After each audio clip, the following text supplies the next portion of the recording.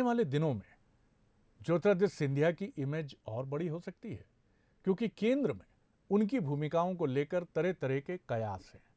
उन्हें बड़ी जिम्मेदारी मिल सकती है। फिर उनके पास एक मौका होगा कि देश में वो बीजेपी के युवा चेहरे का प्रतिनिधित्व करें। जानकार भी इसी तरफ इशारा कर रहे हैं। सिंधिया की और बिग होगी इमेज, सेंटर में पावर से बढ़ेगा क्रेज, केंद्रीय मंत्रिमंडल में विस्तार जल्द, रेल मंत्रालय मिलने की अटकल। सिंधिया 3 दिवसीय दौरे पर प्रदेश आए तो बीजेपी में बदलाव भी दिखे। सिंधिया समर्थक को बीजेपी कार्यकारिणी में जगह मिली। कयास ये भी लगे कि सीएम से मुलाकात कर निगम मंडलों में नियुक्तियों पर बात भी हुई है। इन सब के बीच दिल्ली में मंत्रिमंडल विस्तार की अटकलें भी गरमाई। सिंधिया को मंत्रिमंडल में कोई अहम विभाग देने की चर्चा जोर पकड़ने लगी, क्योंकि उनके पिता स्वर्गीय माधवराव सिंधिया भी रेल जैसे भारी भरकम महकमे की जिम्मेदारी संभाल चुके हैं। तो शायद लंबे समय से अपने पुनर्वास की बाट जो रहे सिंधिया को भी ये अपेक्षा हो।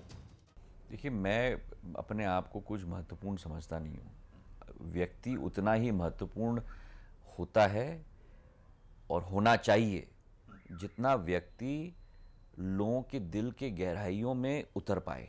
राजनीति में मुझे अवसर प्रदान किया है मेरी क्षेत्र की जनता ने।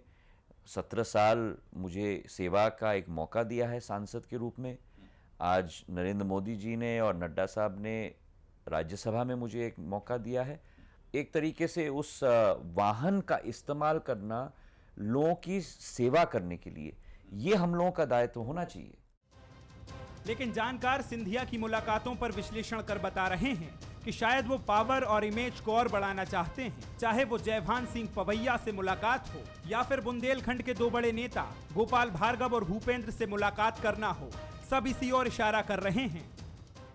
तो वो भारतीय जनता पार्टी में किसी गुट विशेष के नेता बनकर भी नहीं रहना चाहते। वो सर्वस्पर्शीय नेता के तौर पर ही राजनीति करना चाहते हैं। जैसे कि हमने देखा था कि उनकी दादी किसी गुटबाजी में नहीं होती थी। उनके लिए मालवा, बुंदेलखंड या ग्वालियर, चंबल रीजन कोई भी हो, तो वो सारे क्षेत्र समान तरीके से वो भारतीय जनता पार्टी में देख रहे हैं। सिंधिया के बीजेपी में आए करीब 15 महीने हो चुके हैं। वो अपने काम से मनमोहन कैबिनेट में एक्टिव मंत्री की छवि बना चुके हैं। खबरें हैं कि बीजेपी का फोकस अब पार्टी में यूथ लीडरशिप को आगे बढ़ाने पर है। इसे ध्यान में रखते हुए मोदी मंत्रिमंडल में मध्य प्रदेश कोटे से ज्योतिरादित्य सिंधिया, असम के पूर्व मुख्यमंत्री सर्बानंद सोनोवाल और उड़ीसा के वैजयंत पांडा समेत कई युवा चेहरों को मौका मिल सकता है। इसके संकेत एमपी से लेकर दिल्ली तक मिल रहे हैं। अगर ऐसा हुआ तो केंद्रीय सत्ता में राज्य का दबदबा और बढ़ जाएगा। सिंधिया भी पावर सेंटर बनेंगे। Bureau report, Bansal news.